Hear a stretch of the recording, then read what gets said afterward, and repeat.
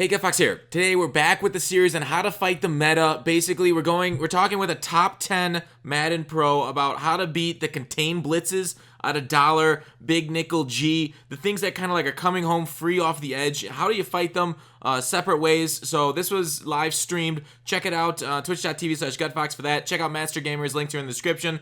Otherwise, enjoy, and hopefully you guys learned something on how to beat these spam blitzes that are kind of glitched at the moment, and will probably get patched. All right. See you at the end, or tomorrow. See you then. But basically, I want to know, how do you fight these contained blitzes through both running the ball and passing the ball? So let's start with $1. How would you go against $1 and then somebody spamming this? Okay, well, $1, come out in 2 tight end. Yeah. You pick a dive of some kind, and you watch them cry. Like, I still stopped it though. What the heck? yeah, of course nobody got pancaked, but it'll happen enough. I'm not too concerned. Now, there is certain runs, like 2 tight end is better than 2 running back in terms of pancakes. That's a thing. But personally, this is one of the better sets for running in this playbook. So basically, what you're saying is if somebody coming out at $1, you got to switch to like a 2 tight end type of offense. What if you don't really aren't comfortable in that kind of offense? Do you just need to man up and get comfortable? No, you don't have to. It's just the easiest way. It's like, you can kind of tell when somebody's only defense is $1. Oh, okay. So, like, the first thing you want to do is see if they can do anything when they're out of $1, right? So you come out, and we'll say wing stack for this example. I'll call it dive. You should be getting pancaked here, right? For the most part, yeah. Like, he got pushed even though you get pancaked. Anything up the middle is really going to hurt a lot. So, like, you're going to see that, like, do you see how Callias is getting pushed all the way out of the way? Yeah. He's not going to win that too often when there's 2 tight ends on the field and you're in $1. So, like, you can kind of test them to see if, like, is this really something they want to be doing? Like, do they really want to run $1 against this? And if you could just force them at $1 this way, go ahead. And if you're comfortable enough, stay in it. And by all means, there's plenty of good formations like ace pair twins or ace pair chief, shotgun ace twins. I don't even know what it's called in this game. Wait, ace pair chief, that's been in the game since before you were playing Madden. Yeah, You just called that to be a hipster? I'm just used to what it's called. Honestly, I don't know. I talk to Jay a lot, so. Gotcha. He calls it ace pair chief, and ever since he's been calling it ace pair chief, I call it ace pair chief. Pretty much how that goes. Yeah, it's been years. Like ace twins, that's more realistic for me to know. I played in 15 when it was ace twins, so I don't even know. I honestly don't know what it's called. Isn't it wing stack or something? No, not wing stack. No, that's this. Wing slot. Ace slot, I think. Yeah, I think you're right. All right, so your suggestion is just go to a 2 tight end set and run the ball against $1. Yeah, like, make them really think, is this what they want to do? Is this the only thing they know how to do? Like, but doesn't like $1 oftentimes like come off the edge and stop your? Well, you're in a 2 tight end set, so if say the guy on the left came in, let's fix that. You know, it's that simple. Yeah. Okay. Sometimes you're thinking, man, there's nothing you can do this. Well, it's just the simple stuff, really. You don't have to overthink it a lot of times. Yeah, you can spend all this time labbing, and you're doing some crazy thing, or like, oh, you found a way where if you slide right 4 times in a run, it's going to pick up everybody. Or you could just motion a guy over, and he's not going to get around him. But you're fine just taking your 5 yards every play then? I will take 5 yards every single play if they don't come out $1. Like, sometimes, like, with the amount of, like, the skill that's involved in, like, some of these MUT players with the cards, sometimes they will get sheds against this. I mean, and stop you in your run. Oh, like, yeah. What happens when your run just gets stuffed? Yeah, run it again. That ain't gonna happen every time. I mean, like if they shed 1 time, I mean, it's not gonna hurt you that much. Realistically, they're spreading their D line every single play. They're crashing up. Like what are they gonna do? Like, it's okay. They have to pray to get a stop. So what happens is every time that you come out in a 2 wide receiver set, they switch to like a 3-4, and then exactly. Whenever you go to 3 wide receivers, what's up? Like, at that point, they're not comfortable. A lot of high end guys, yeah, I'll be just fine coming out in 3 linebackers, 4 linebackers. But a lot of guys playing MUT that just know, okay, spread line, crash up, contain, and you force them to run with 4 linebackers on the field, they're not going to know what to do. Just run some simple route concepts that posts and drags, hitches and fades. You're going to get the job done. don't need to overcomplicate it. A lot of people just want to overcomplicate things, but like you really don't have to. Like run a stretch to the left, not the right. Don't run stretch to the left, or unless you want to get shed. Now again, like that was mean. That was The a bag CPU. wars are the best. Yeah, the bag wars are mean. So like, in this at this point, obviously running stretch isn't the only thing to do. Like you can do more than that. But I mean, like a lot of these contain blitzes are an incredible run defense, especially after the patch where like there's more to defense than just contain. Like you have to kind of have run defense now. So like if you're forcing them to play run defense, like then just do some simple stuff, double drags, streak corner routes, like flood concepts. It's really pretty simple. I'm just curious here. I don't think I'm gonna get shed.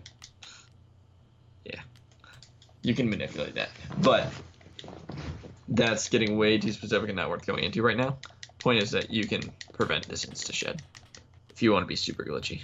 Now, the other tight end's getting cooked, but that's just because he's not the best blocker. Mm-hmm.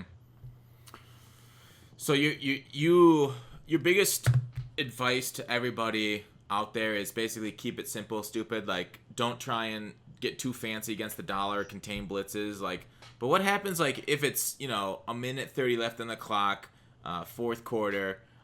What do you do then where like you don't have many timeouts, but you got to get down the field and score, and they're still sending that contain blitz at you? See, I know what you're asking here. Yeah. But honestly, I'm still calling dive, and I'm just. It takes 6 seconds to get to the line of scrimmage and snap the ball. It takes about 4 seconds to run the play. I have about 10 seconds per play, which leaves me 9 plays. I'm getting 10 yards a play. It's not too bad. But that being said, you want to spread it out. Is the simple version. You really want to. That all their players that can play through the seams are going to be. They're going to be horizontally squished, essentially, right? So you want to attack that in the seams, is the very short answer. So, like, all right, here, let me come out in the big nickel G contain blitz. So, like... And that's a really good one. I like that a lot. Strong say, I'm just going to run it this way. Yeah, we'll come out and play, like, four birds. Because, honestly, it really is a simple one. I'm not a fan of four birds by any means. But, like... Just get all those guys blitzing over there. Like it really is as simple where you just kind of say like okay, and like pass it down inside. Now obviously seam flats are gonna be a little different. You won't see too many seam flats. You don't think people are keeping seam flats on? I've seen a bunch of seam flats. I've seen them, but like I haven't been actively like thinking about them enough. You know what I mean? Okay. So like you can do a few different things. Like you can just do this. Like they can't send pressure and cover the middle of the field well at all. So just attack that. Like it really is extremely simple how you have to play it.